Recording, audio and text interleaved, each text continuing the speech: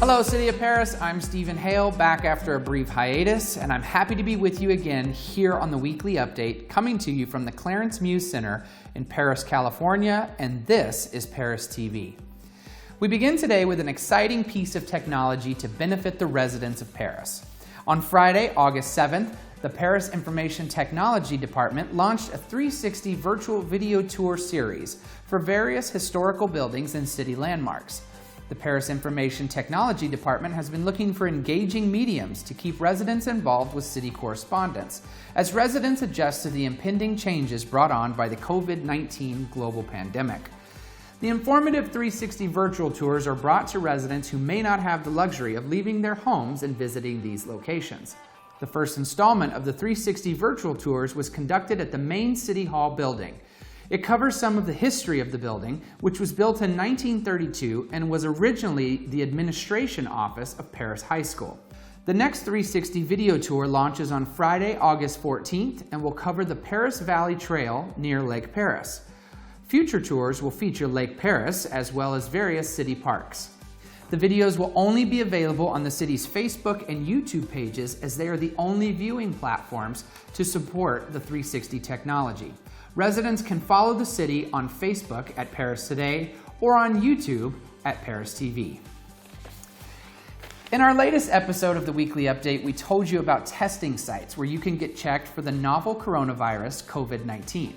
We continue to bring you the latest and most current information on preventing the spread of COVID-19, and earlier this week, Karina Espinoza caught up with our public health team to discuss some good practices for wearing masks, which are required in the city of Perris. For more, here's Karina Espinoza. Thanks, Stephen. Karina Espinoza reporting from the Perris City Green Farm here on City Hall campus with Public Health Program Coordinator Emmanuel Marquez, here to share mask tips with the community. By properly covering our nose and our mouth, we can help reduce the spread of COVID-19, even if individuals are not showing any symptoms. Masks act as barriers that help prevent respiratory droplets from traveling into the air. Start off by washing your hands with soap and warm water. It's important that you wear your mask correctly and effectively. You want to start off by securing one end of your mask over your earlobe, run it across your nose and your mouth. Make sure to wash your face mask after every use by placing it in the washing machine using the warmest water setting, or by hand using a bleach solution. Let your mask air dry or place it in the dryer. If you don't have a mask on hand, the CDC recommends that you use the cloth covering to cover your nose and your mouth. Please make sure to wear your mask, wash your hands, and practice social distancing. Don't forget your keys, phone, wallet, and mask before heading out the door. For Perris TV, Karina Espinoza. Thanks, Karina. Next up, we're going to go over to our good friend and Deputy City Engineer, Mr. Brad Brophy, for a little segment I like to call Building with Brad.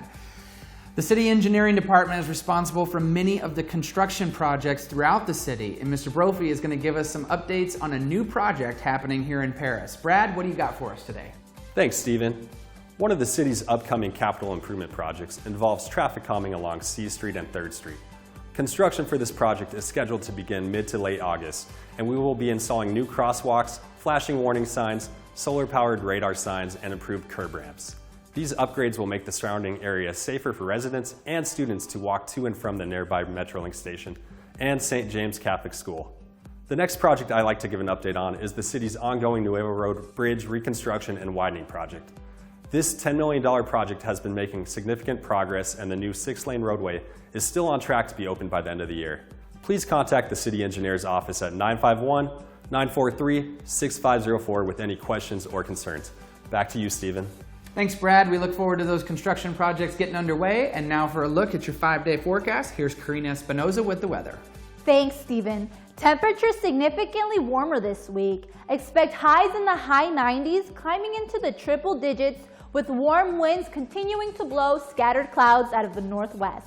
The UV index will climb to 11 in the afternoons, so remember to wear sunblock while outdoors.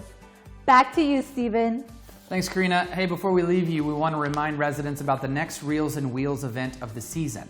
The third installment of the Reels and Wheels event will be held on August 28th at the Southern California Railway Museum featuring Sonic the Hedgehog. The final installment will be held on September 25th featuring Disney's original Lion King.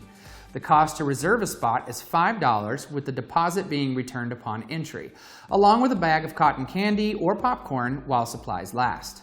Participants can pre-register online through the Civic Rec platform on the city's website. Entry begins at 6:30 p.m. and no admission will be permitted after the movie begins. So residents are encouraged to arrive in plenty of time for the movie to begin promptly at 7:30 p.m. And don't forget to tune in to our City Council meeting coming up on August 25th right here on Perris TV. You can view live and past City Council meetings as well as agendas by visiting cityofperris.org. Residents can also provide a public comment by emailing publiccomment@cityofperris.org, or they can stop by the Bob Glass Gymnasium and submit comments in person. Social distancing practices are in effect and masks are required. That's it for your weekly update. Don't forget to follow us on Perris Today Facebook page, and be sure to follow us on Instagram and Twitter @City of Perris, or subscribe to the Perris TV YouTube channel. From the Clarence Muse Center in Perris, California, I'm Stephen Hale, and that's the Muse.